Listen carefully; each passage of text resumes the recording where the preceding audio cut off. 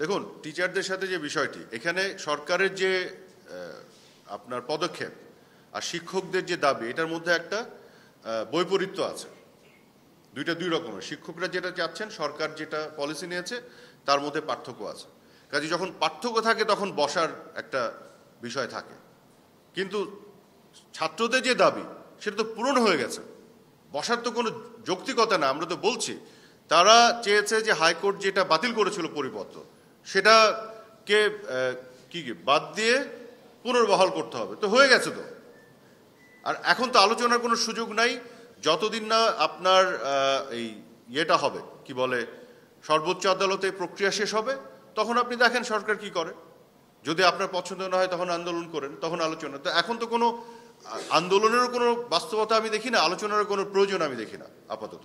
কোনো দুর্ভোগ যদি হয়, একটা সাইলেন্ট মেজরিটি আছে। ধরেন আপনি 1000 লোককে জড়ো করে অনেক চিৎকার করছেন, এটা অনেক বেশি শোনা যায়, আপনার টেলিভিশনে লাইভ করেন, মনে হয় যে অনেক মানুষই এগুলো করছে। কিন্তু একটা বিশাল সাইলেন্ট মেজরিটি, তারা কিন্তু দুর্ভোগের শিকার হলে তারা এগুলো পছন্দ করে না।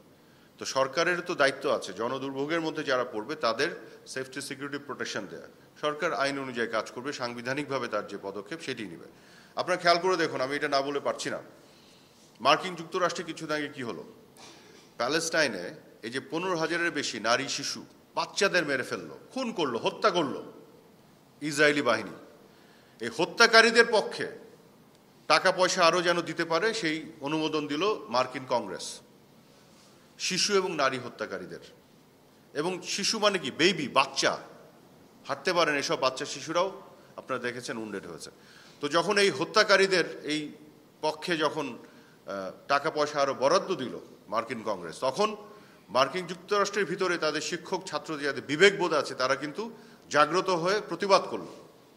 তারা যখন প্রতিবাদ করলো, যৌক্তিক একটা প্রতিবাদ ছিল, সেই প্রতিবাদকে কিভাবে দমন করেছে, একেবারে মিলিটারি কায়দায় পুলিশ পাঠিয়ে তাদের উপরে চড়াও হয়েছে মার্কিন যুক্তরাষ্ট্রের পুলিশ।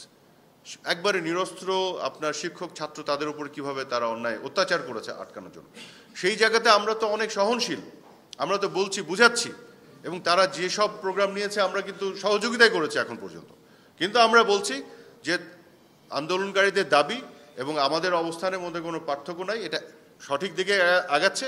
শুধু এই মুহূর্তে আমাদের কিছু হাত বাঁধা আছে নির্বাহী বিভাগের, যে এই মুহূর্তে আমরা ঘোষণা দিতে পারবো না, কারণ এটা সাবজুডিস ম্যাটার নিয়ে আপনি আলাপ করতে পারেন, কথা বলতে পারেন, যেটাও ঠিক না, কিন্তু আমরা করি। কিন্তু আপনি আনুষ্ঠানিক ঘোষণা যাচ্ছেন সরকার, এটা তো হতে পারে, এটা হয় না, এটা অসাংবিধানিক। তো ওই অন্যায্য দাবি, গায়ের জোরে পাহাড় ঠেলা, এগুলো তো করতে গেলে এটা যৌক্তিকতা হারিয়ে ফেলে। তখন কিন্তু আইনিভাবে আমাদের ব্যবস্থা নিতে হবে।